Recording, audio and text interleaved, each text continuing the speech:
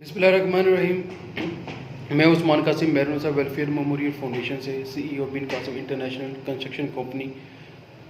راؤ کلاسرا صاحب جو ان سے ہیں وہ کالمنسٹ، انہوں نے آج ان کا مضمون ہے بانسوری بچانے کا وقت۔ اس کو ہم دیکھتے ہیں کہ کس طریقے سے انہوں نے بانسوری بچانے کا وقت کا تعین کیا ہے۔ ہر دور عجیب ہوتا ہے لیکن کچھ زیادہ ہی عجیب لگ رہا ہے۔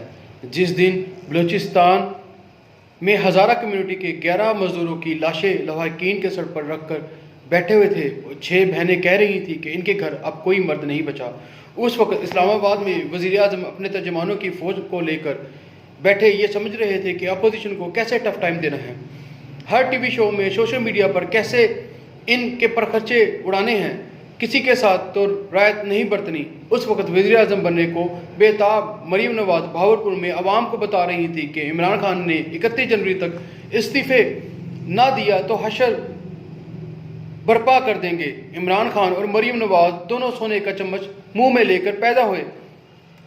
انہوں نے وہ دکھ تکلیفیں نہیں دیکھی جو ان مزدوروں نے دیکھی، جو کمانے کے لیے گئے اور جن کی لاشیں واپس آئیں۔ عمران خان اور مریم نواز کے دکھ کچھ اور ہیں۔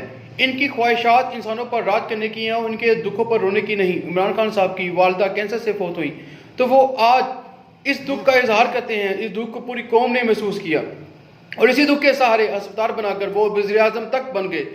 مریم نواز نے اپنی والدہ کو کھویا اور اس دکھ کا اظہار وہ کئی دفعہ انٹرویو اور جلسوں کی کر چکی ہیں۔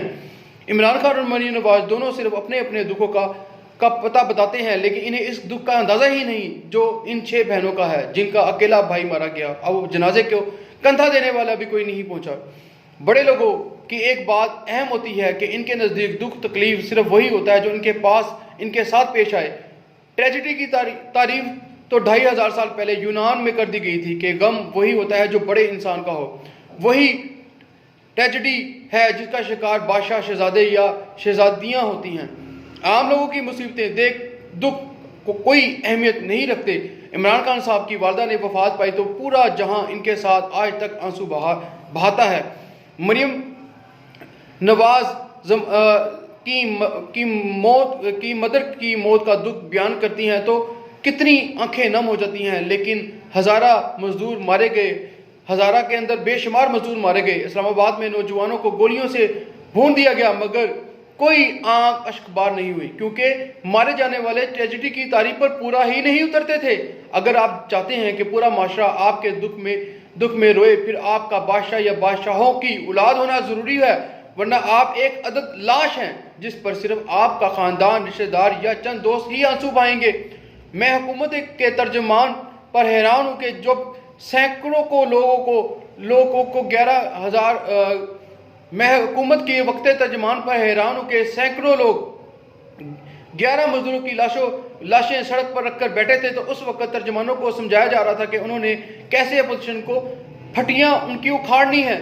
2-3 دن کا بھی انتظار نہیں کیا جا سکا کہ چلیں یہ میتیں کسی ٹھکانے لگ جائیں، اگر کچھ نہیں تو کچھ دکھاوے کی ہمدردی ہی کر لی جاتی۔ لوگ بلوچستان کو رو رہے ہیں جبکہ اسلام آباد صرف 24 کلومیٹر کا ضلع ہے، وہ بھی ڈھنگ سے نہیں چل پایا۔ اب ڈاکو اسلام آباد کے ہر سیکٹر میں پھیل گئے ہیں۔ برسوں ہی F6 میں 4 ڈاکو ایک گھر میں داخل ہوئے اور سب لوٹ کر نکل گئے۔ اسلام آباد میں رہتے ہیں، انہیں پتا ہوگا کہ F6 سے کیا مراد ہے۔ لوگ کہیں گے کہ تمہیں ڈاکو کی پڑی ہے، یہاں تو 22 سالہ نوجوان کو پوری 22 گولیاں مار کر قتل کر دیا گیا۔ یہ اس شہر میں ہوا جس میں حکمران کرنے کے لیے خان صاحب نے 22 سال کی جہد کی تھی۔ یہی خان صاحب اپوزیشن میں تھے اور دن رات کو کوریا کے وزیر اعظم کی کہانیاں سناتے تھے کہ سمندر میں ایک کشتی کے حادثے میں ہلاک ہونے والے بچوں کا خود کو ذمہ دار قرار دے کر مستعفی ہو گیا۔ اس وقت ڈچ وزیر اعظم کی کہانیاں سنائی جاتی تھیں کہ جو سائیکل پر دفتر جاتا تھا اب خود 2 کلومیٹر کا سفر بھی ہیلی کاپٹر پر ہوتا ہے۔ جب اس ملک کے ایک صوبے میں 6 بہنیں سڑک پر بھائی کی لاش لے کر بیٹھی کہہ رہی تھی کہ ہمارے گھر میں کوئی مرد نہیں بچا، اسی شام ملک کا وزیر اعظم اپنی پارٹی ترجمانوں پر ناراض ہو رہا تھا کہ تم لوگ اب اپوزیشن کو ٹف ٹائم کیوں نہیں دے رہے؟ یہ سب شرمندے بیٹھے تھے کہ اب ایسا کیا کریں کہ کس حد تک لڑے. ٹی وی چینلز پر، ٹویٹر پر لڑکھڑا کر ان ترجمانوں کی اپنی نصیحتیں چل رہی تھی. یہ دوست چھوٹ گئے، انہیں اب نہیں پہچانتے. یہ وہی دوست ہیں جو کبھی کوہسار مارکیٹ میں بیٹھ کر گپے لگاتے تھے. حکومت کے ترجمان بن کر اب کسی اور دنیا کے لوگ بن گئے ہیں. شبلی فراز کو دو تین ٹی وی شوز میں ان کے پرانے دوستوں سے بری طرح الجھتے دیکھا تو دکھ ہوا. مجھے یاد آیا جب شبلی فراز کو وزیر بنایا گیا تو وزیر اعظم نے انہیں کہا تھا کہ شبلی ڈرنا نہیں، سب کو دبا کر رکھنا ہے. مجھے کسی نے یہ بات بتائی تھی تو میں نے کہا شبلی فراز صاحب کے لیے ایک حد سے گزرنا مشکل ہوگا. وہ اس لیول پر جا کر عوام کے سامنے ٹی وی شو میں ایسی لڑائی نہیں لڑیں گے جس کے موقع پر وزیر اعظم نے انہیں وزیر بنایا ہے. مجھے تسلیم کرنے دیں، میں غلط نکلا.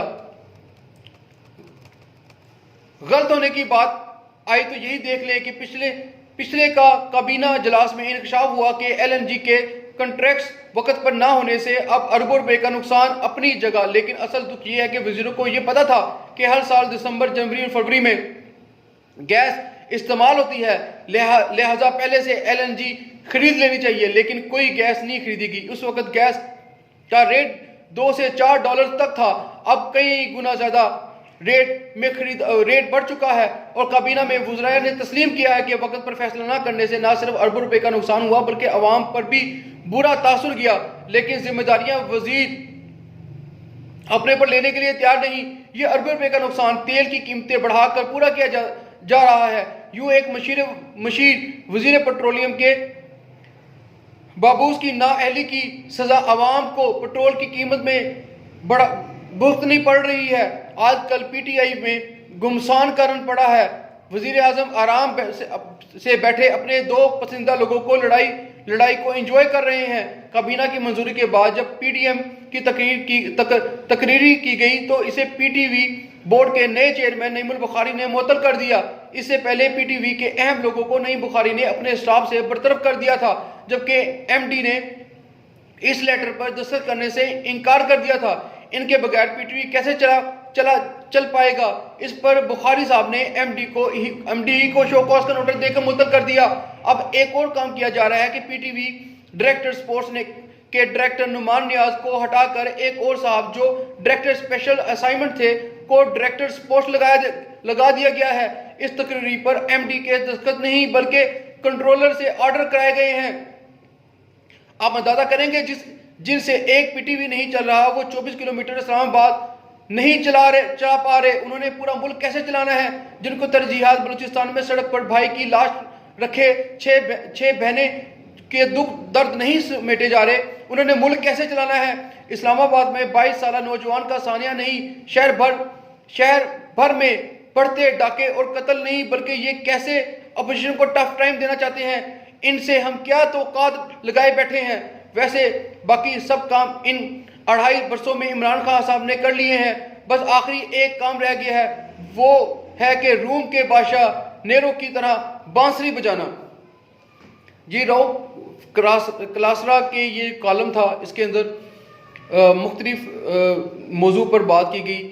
عمران خان کے بارے میں، مریم نواز صاحبہ کے بارے میں، اور پھر عمران خان کی اس بزدلی کے بارے میں بھی بات کی گئی کہ جو انہوں نے اپنا غلط کردار ادا کیا. کہ پہلے وہ کہا کرتے تھے 2013 کے اندر کہ ہزارہ کمیونٹی جو ہے ان کی اس وقت بھی لوگوں کی جانیں جو سی ہیں وہ ان کو قتل کیا گیا تھا. لیکن آپ عمران خان صاحب اس وقت کہا کرتے تھے کہ اس وقت کے جو وزیر اعظم ہیں ان کو وہاں جانا چاہیے، ان کے ساتھ تعزیت کرنی چاہیے اور ان کے دکھ تک بانٹنے چاہیے.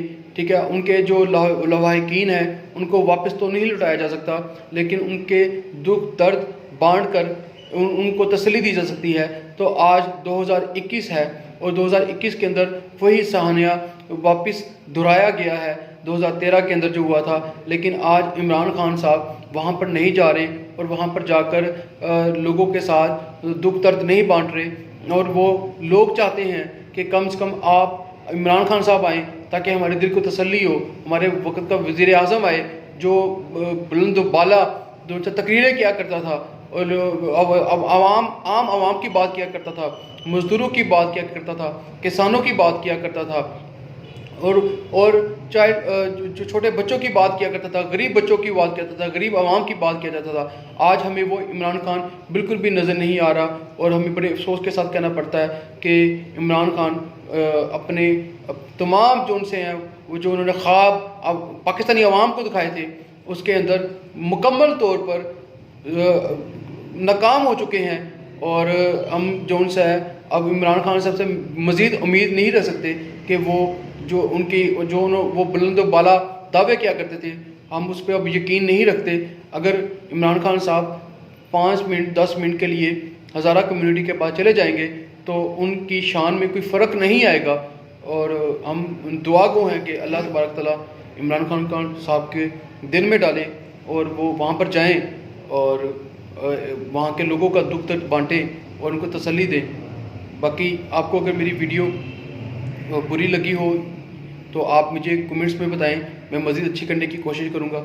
اور اگر آپ کو میری ویڈیو اچھی لگی ہے تو آپ میرے یوٹیوب کا چینل ہے مہروز ویلفیئر مومری فاؤنڈیشن کے نام سے، آپ اس کو سبسکرائب کریں، اور تاکہ میری حوصلہ افزائی ہو، تاکہ میں مزید جو ان سا اچھی ویڈیو بنانے کی بھرپور کوشش کروں. پاکستان زندہ باد، پاکستان پائندہ باد.